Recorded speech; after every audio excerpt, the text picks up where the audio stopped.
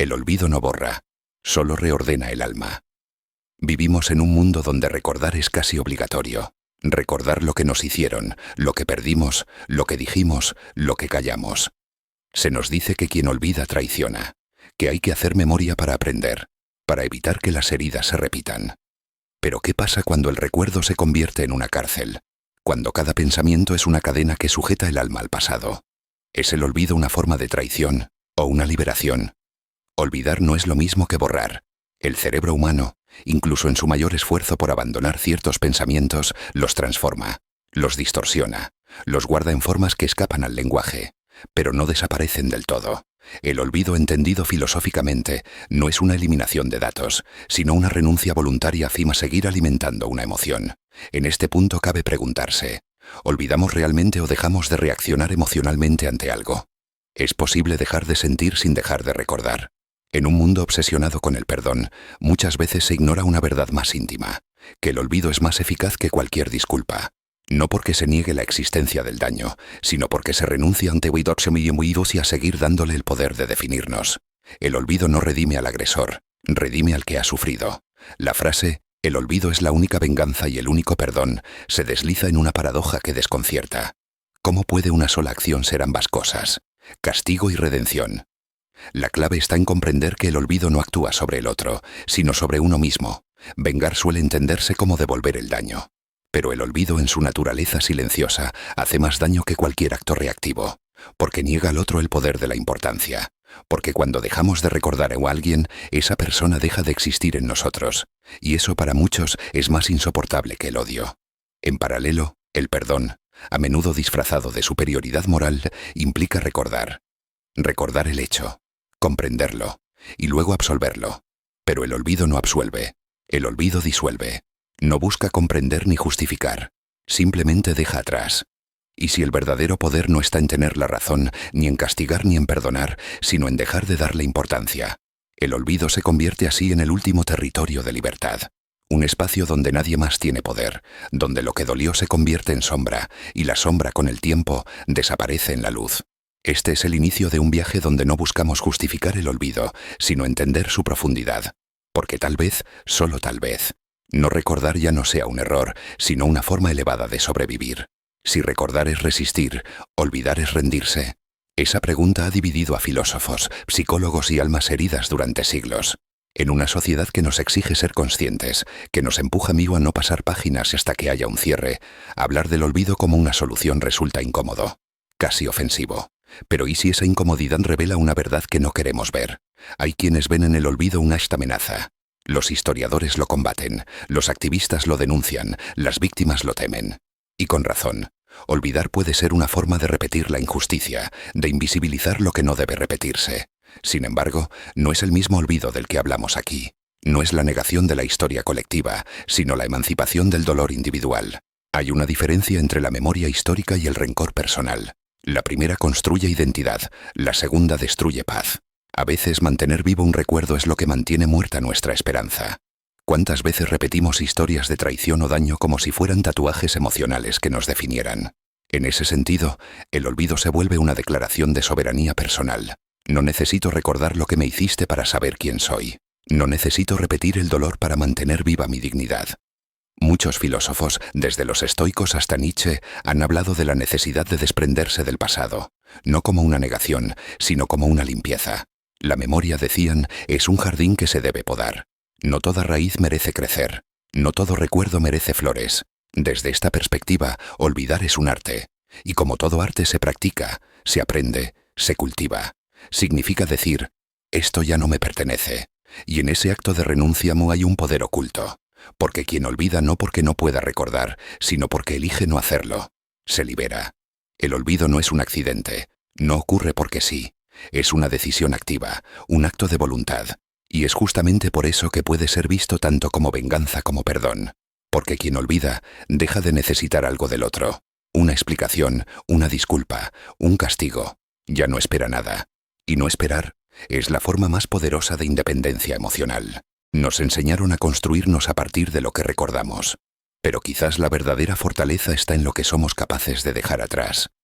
El pasado sin olvido se convierte en lastre, y el alma no puede volar si está cargada de piedras. Olvidar no es fallar, es elegir seguir. Olvidar no es simplemente borrar, es redefinir. Es crear un espacio en el interior donde ya no hay necesidad de vigilar el pasado. Lo paradójico es que muchas personas se aferran al recuerdo por miedo a perder algo valioso. Una enseñanza, una identidad, un motivo. Pero no todo lo aprendido necesita ser recordado con dolor. Hay formas de integrar la lección sin perpetuar la herida. Hay maneras de transformarse sin arrastrar la sombra de quien fuimos o de lo que nos hicieron. El miedo a olvidar es, en el fondo, el miedo a soltar. Y soltar es admitir que no todo puede ser reparado, explicado o concluido. Que hay heridas que simplemente deben dejar de abrirse. No porque se hayan cerrado solas, sino porque uno decide no volver a tocarlas. El olvido en su forma más pura no necesita palabras. Es silencioso. No exige. No reclama. No dramatiza. Y es ahí donde radica su fuerza. Mientras que el recuerdo está lleno de ruido, discursos, argumentos, preguntas sin respuesta. El olvido es vacío. Y en ese vacío uno puede empezar a construir de nuevo. También por eso es tan difícil aceptarlo como forma de venganza. Porque hemos crecido creyendo que el castigo debe ser visible, palpable, ejemplar. Pero el olvido castiga desde la indiferencia.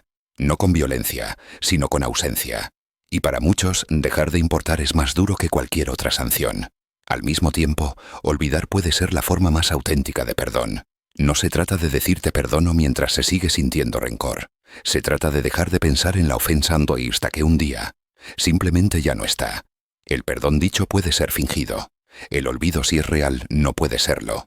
Entonces, ¿es el olvido la única venganza y el único perdón? Tal vez no lo sea para todos, pero para quienes han entendido que seguir adelante es más importante que tener la última palabra, se convierte en el único camino posible. Recordar a veces es resistencia, pero olvidar puede ser revolución. Una revolución silenciosa, íntima y profundamente personal. Quien olvida su historia está condenado a repetirla, pero quien vive atado a ella está condenado a no vivir. Hasta ahora, hemos explorado el olvido como un acto individual, liberador, silencioso y profundamente íntimo. Pero el mundo no se compone solo de individuos. También somos parte de memorias colectivas, de relatos compartidos, de heridas abiertas que no nos pertenecen en lo personal, pero nos atraviesan como sociedad. ¿Dónde está el límite entre el olvido necesario para la paz interior y el recuerdo imprescindible para la justicia? Las sociedades construyen su identidad en torno a la memoria. Las guerras, las dictaduras, los genocidios, las injusticias estructurales. Todos estos acontecimientos configuran narrativas que no deben olvidarse, porque olvidar en este contexto no es liberarse, es encubrir. Recordar colectivamente es un acto de resistencia, es lo que evita que los responsables escapen, es lo que da voz a los que ya no están, es lo que mantiene vivas las demandas de justicia. Por eso, el olvido social es peligrosamente distinto del olvido personal. Cuando una sociedad olvida, muchas veces no lo hace desde el perdón, sino desde la comodidad. Es más fácil no mirar atrás. Es más rentable cerrar los ojos. Pero esa comodidad tiene un precio. Perpetúa la impunidad, justifica el silencio, normaliza la violencia. La frase, el olvido es la única venganza y el único perdón, tiene bordes peligrosos cuando se aplica al ecoquento y a lo colectivo. Porque puede usarse como arma para desalentar la memoria histórica, para deslegitimar el reclamo, para decirle a las víctimas que deben pasar página. Pero las páginas de una historia no se cierran por decreto. El dolor social necesita ser nombrado. Las heridas necesitan ser reconocidas. No se trata de revivir el odio, sino de no permitir que se repita el ciclo. Por eso, olvidar en lo colectivo no siempre es un acto de paz. A veces es una forma sofisticada de violencia. Y sin embargo, hay una pregunta válida que late en silencio. ¿Cuándo una sociedad puede comenzar a olvidar? ¿Después de la justicia? ¿Después de la reparación? ¿Después del reconocimiento? Tal vez el olvido social no sea el punto de partida, sino la última etapa de un largo proceso de memoria activa. ¿Puede una sociedad perdonar sin olvidar? ¿O debe, al igual que el individuo, pasar por el mismo proceso de duelo, de reconocimiento, de verdad, antes de soltar? El equilibrio entre la memoria y el olvido no es simple. No se trata de elegir uno u otro, sino de saber cuándo cada uno cumple su función. Porque si olvidar puede sanar, también puede destruir. Si recordar puede doler, también puede salvar. No todas las personas pueden olvidar. No porque no lo deseen, sino porque hay vivencias que se incrustan en la memoria como una espina bajo la piel. Hay dolores que se activan sin previo aviso, recuerdos que no piden permiso, heridas que sangran con el tiempo. ¿Qué ocurre entonces cuando el olvido, ese ideal de libertad, no se presenta? ¿Estamos condenados a sufrir eternamente? Desde la psicología se reconoce que ciertas experiencias dejan una marca indeleble. El trauma no se borra con intención, no se elimina con frases inspiradoras ni con voluntad. Quienes han vivido abusos, pérdidas profundas, violencias extremas, no pueden simplemente decidir olvidar. En estos casos, el olvido no es una opción, sino una frustración, una promesa que no llega. Y aquí es donde la frase «el olvido es la única venganza y el único perdón» se convierte en una trampa peligrosa, porque impone una expectativa irreal, porque puede hacer sentir culpable a quien no puede olvidar. Pero hay otra vía. Cuando el olvido no es posible, la transformación sí lo es. El recuerdo puede cambiar de forma, puede dejar de ser un grito para convertirse en un susurro, puede dejar de ser un peso que inmoviliza y pasar a ser un faro que guía. Aceptar que no se puede olvidar no significa rendirse al sufrimiento, significa empezar a trabajar con la memoria desde otro lugar, no como enemiga, sino como testigo, no como una prisión, sino como una maestra silenciosa. Vivir con recuerdos que duelen no es vivir mal, es aprender a colocar esos recuerdos en lugares donde no gobiernen todo, es dejar que existan sin permitir que dicten cada decisión, cada pensamiento, cada emoción.